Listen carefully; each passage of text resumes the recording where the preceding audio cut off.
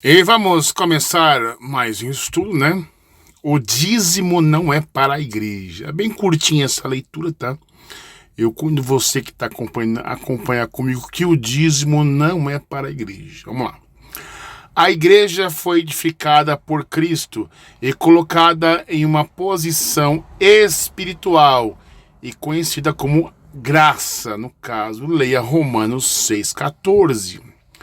Nas regiões celestiais, acima dos principados e potestades, Efésios 1, e não embaixo da lei, ou seja, não está no território onde a lei está em vigor.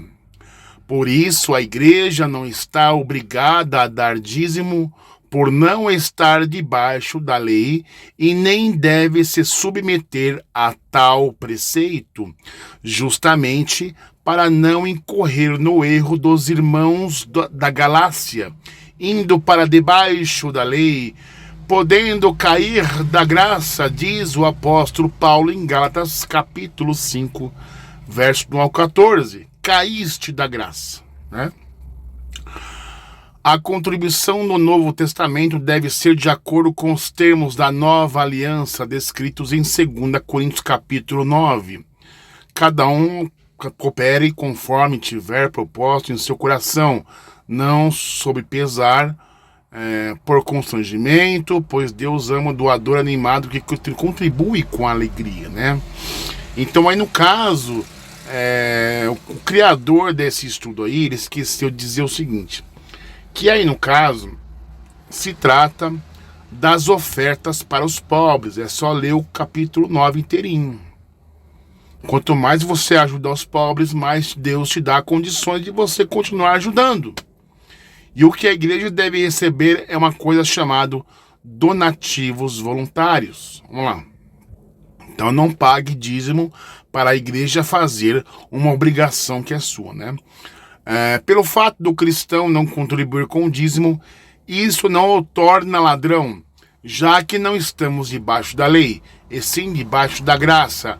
É a lei que tem o poder de transformar o transgressor em ladrão. O contribuir do dízimo pelo cristão pode no começo até prosperar, mas por ele estar embaixo da lei, ao transgredir outro mandamento, virá sobre o tal as maldições da lei, pois está escrito, maldito todo aquele que não persiste em praticar todos os mandamentos prescritos na lei. O que é? Todo aquele que não persiste em praticar todos, não é só o dízimo, é todos os mandamentos da lei. Não existe no Novo Testamento nenhum mandamento para a igreja dar o dízimo e nem existe relato em que a igreja primitiva recebia ou devolvia o dízimo através dos apóstolos e nem pelos líderes. Se você conhecer, gente, mostra para mim. Deixe nos comentários. Olha, mas lembra que Judas era o tesoureiro. Ele tinha que estar recebendo ali, ó. Cadê o dízimo dos apóstolos? Ou os apóstolos recebendo dízimo? Ou algum gentil cristão devolvendo o dízimo dele para o apóstolo? Né? Tem? Não tem. Existem apenas citações sobre o dízimo, como Mateus 23, falando que os fariseus davam o dízimo do endro, do cominho e da hortelã, e esquecia a parte principal da lei. Ou fazia uma coisa, mas esquecia de outra. Tem que fazer tudo, gente. Também existe o relato do livro de Hebreus, falando do dízimo de Abraão, referindo que Cristo é maior do que Abraão. Se Cristo é maior que Abraão, lógico, o tipo de dízimo de Abraão não vale. Tanto porque Abraão não era cristão e ele deu o dízimo uma vez só. Então, se ele deu uma vez só o dízimo, no outro ano, que dava de ano em ano, né, era ladrão. Então, Abraão é ladrão. E segundo os pastores por aí, o ladrão não vai herdar o reino de Deus, né? Encontramos em Hebreus 7 um resumo do assunto, dizendo que o dízimo é assunto da tribo de Levi e não assunto da igreja.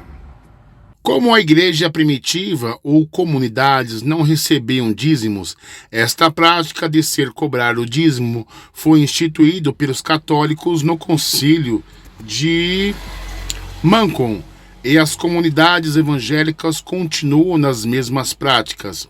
Foi herdado pelas tradições católicas, além do dízimo, a comemoração do Natal, que é o culto ao deus Mitra, Natalis Solis Invictus, entre outros costumes, né?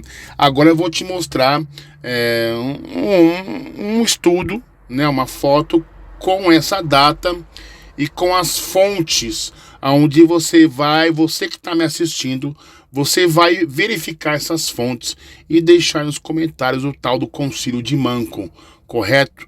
Deixa ela com link, se você encontrar uma página ali que é verdadeira mesmo, e coloca aí, por gentileza. Está aí, gente, olha só, eu vou convidar até você para fazer uma pesquisa e deixar nos comentários, emissário Cristiano, realmente eu pesquisei as fontes e está lá realmente, eu quero ver quem tem coragem de fazer isso. Ano 585 depois de Cristo, houve o Concílio de Manco. A Igreja Católica decreta o dízimo para os cristãos em dinheiro no 5º parágrafo.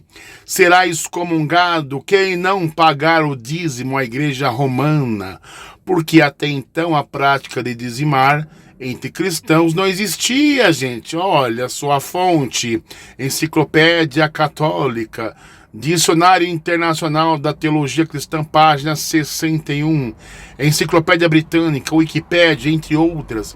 Então eu convido você que está assistindo esse vídeo, pegar essas fontes aí, pesquisar aí no Google ou Enciclopédia, se você tiver em papel ou em tinta, né? E coloca nos comentários, olha, emissário, eu procurei aqui as fontes e as fontes são verdadeiras, né? Porque eu também pesquisei, é verdade, não é fake news não, gente. Pesquisa aí que você vai, né, ver por você mesmo que as fontes são fidedignas, né? Então essa historinha de dízimo cristão foi lá em 585 no Concílio de Manco, que seria excomungado que não pagasse dízimo à Igreja Romana, né? Então até antes de 585 ninguém pagava dízimo, depois começou a pagar.